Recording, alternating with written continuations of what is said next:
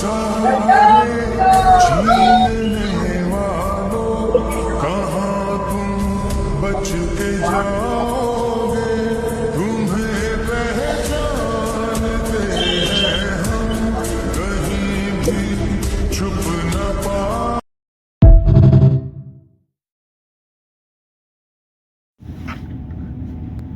नमस्कार आप सभी को, मैं विशाल सिंह। आशा करता हूँ आप सब अच्छे होंगे। इंस्टाग्राम स्क्रॉल करते करते मैंने आज एक रील्स देखी जो बेहद भयावह है, दर्दनाक है। उनके लिए है जो इंसानियत पे बिलीव रखते हैं, जो मानवता पे बिलीव रखते हैं, जो मानव धर्म से प्रेम करते हैं, प्यार करते हैं, उनके लिए है। मैं आज वो वीडियो डालूँगा। अगर कॉपीराइट्स या कुछ भी इशू नहीं हुआ तो शायद आप सबको दिखेगी। आखिर अपने देश में ये नया भारत के चक्कर में ये क्या हो रहा है कि जो हमारे मुस्लिम भाई हैं उनसे इतनी ज़्यादा नफ़रत किस लिए है? हमारे मुस्लिम भाई इतने बुरे कैसे हो गए हमारे देश के लिए? क्या उनका योगदान हमारे आज़ादी में नहीं है? जब हमारा देश आज़ाद हुआ तो क्या उन्होंने आज़ादी के लिए लड़ाई नहीं लड़ी? आखिर हम उनको सर्टिफिकेट देने वाले होते कौन हैं? उनके पास तो अच्छा खासा मौका था जब देश का विभाजन हुआ था, पाकिस्तान जाने का या किसी अन्य मुल्क जाने का, लेकिन उन्होंने सिर्फ अपनी सरजमीन को चुना, अपने हिंदुस्तान को चुना। वो यहाँ रहे, अपनी ज़मीन अपनी मिट्टी से जुड़े हुए रहे।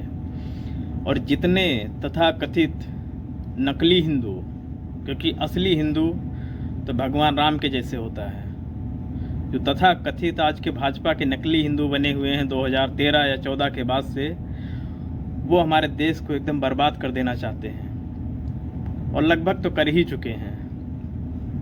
कुछ नाम है जो मैं लेना चाहता हूँ। आज़ादी की लड़ाई में कितने लोगों ने, मैं उनका नाम लेने के लिए भी छोटा हूँ। मिसाइल मैन जिनको कहा जाता है, अभी हाल ही फ़िलहाल में वो हमारे बीच से रुखसत हुए।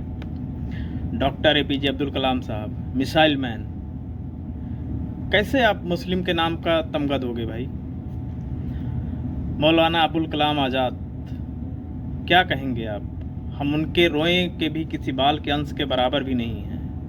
आखिर उनकी शहादत क्या इसी दिन के लिए थी, हमारे देश के लिए, कि आजकल का कोई एक नवयुवक रीलबाज कोई आएगा और किसी मौलाना की पकड़ के रास्ते में दाढ़ी काट देगा, वो भी 70 साल के बुजुर्ग की? अभी भी वक्त है, हम सबको मिल के रहना है। देश हमारा है, सरकारें आती हैं जाती हैं। राहत इंदौरी साहब की इसी पे लाइन है कि लगेगी आग तो आएंगे घर कई इज्जत में, यहाँ पे सिर्फ हमारा मकान थोड़ी है।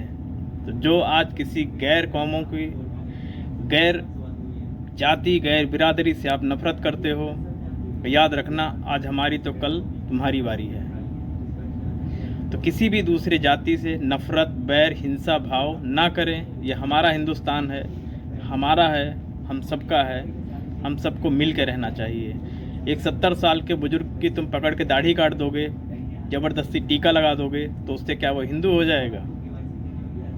क्या हमारा सनातन धर्म इतना कमज़ोर है? और अगर आपके अंदर इतना ही मादा है, इतना ही चुल है, तो जाकिर खान को आप क्यों नहीं पकड़ के मार देते हो? तब तो मान ले कि आप सबसे बड़े हिंदू हो। पाकिस्तान में बैठा हुआ आतंकवादी, जाओ उसको मार दो। बिल्कुल वो मुस्लिम है, उससे हमें भी नफरत है, उसको मारो, क्यों नहीं मारते हो? लेकिन नहीं, आपको कमजोरों पे, बेबसों पे आपको अपनी ताकत आजमानी है, ताकत दिखानी है। ये बहुत ही गलत है और बहुत ही निंदनीय है। मैं इसकी निंदा, कड़ी निंदा करता हूं और अपने शासन प्रशासन से मांग करता हूं कि ऐसे तथाकथित हिंदूवादियों को पकड़ के तुरंत जेल में और उचित दंड देकर इनको समझाया जाए। धन्यवाद।